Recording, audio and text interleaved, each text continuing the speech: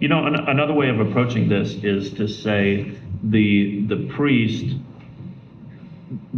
has this very interesting role, although everything sort of has this role. But what you see in the priest is someone who is playing a masculine role and a feminine role. Right. And a priest will have his head covered when he's praying. Yeah. And the priest in his prayers, he is a model of the church, and the church is the bride of God that's playing that feminine role, that's bowing before God in prayer.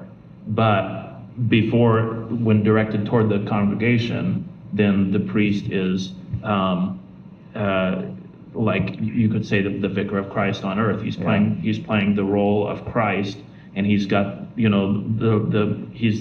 he's in a masculine role. He's doing the work of God in relationship to the people in his church. So like when he's facing one direction, then he's the bride. Right. And when he's facing the other direction, then he's the man of God. Right. And there's something similar like in this sort of journey of the prayer where you approach God as the bride, or just the wife, I guess would be the best the word that I was reaching for. But you approach God in this feminine role, and in this role that's submissive, and submissive means you receive the love of God, you receive your identity from God.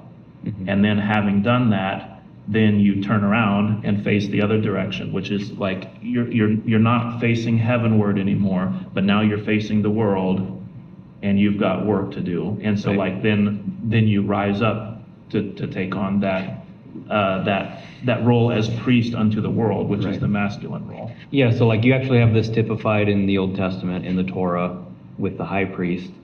You have the normal high priestly vestments, which makes the high priest an image of God. So like I've heard it said that if you break down the vestments of the high priest as described in Exodus, it's very similar to the appearance of a Canaanite idol. Not that it comes from a Canaanite idol, but it's just the idea that this high priest is imaging God to the people of Israel. Mm-hmm. So when he puts this stuff on and faces the congregation in this role, he is not doing so as the human high priest. He's doing so as the image of God to Israel. Yeah. But on the Day of Atonement, when he goes into the Holy of Holies, before he goes into the Holy of Holies, he takes that off and he puts on his white linen garment and goes into this holy place in that sort of role, in this submissive, humble role. Yeah.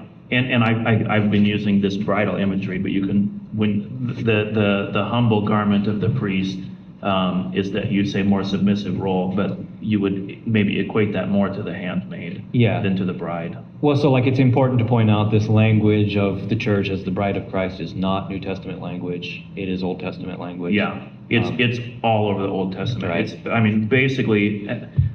It's sort of overwhelming when you start looking at this because it seems like I've heard of this idea of the bride of Christ, and when you start looking for it in the Bible, then it's in basically every prophet in the whole Bible. And there's other places where you can find it outside of the prophets, but they're very direct and explicit about it. Yeah, it's like it's symbolized symbolically. Obviously, Song of Songs or Song of Solomon. It's symbolized symbolically in the Torah, and the prophets understood that. Mm-hmm. Right. Yeah, but it's just everywhere, all over. There's no getting away from it if you're reading anything in the Old Testament. Mm-hmm. Right, and so like what I'm bringing out with that is just this idea that God's people are in this receptive role in relation to God. Like we're not in this masculine role in relation to God. Like, Christ is the husband, the bridegroom of the church. He's the master. He's in that role, and we are the bride.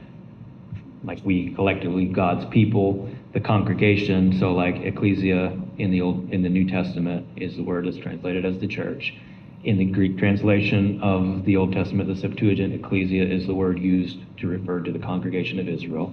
So like the symbolism is constant from Old Testament to New. Yeah, That the right. gathering of the people, the congregation of the people is God's beloved bride that he is sanctifying for himself. Mm-hmm.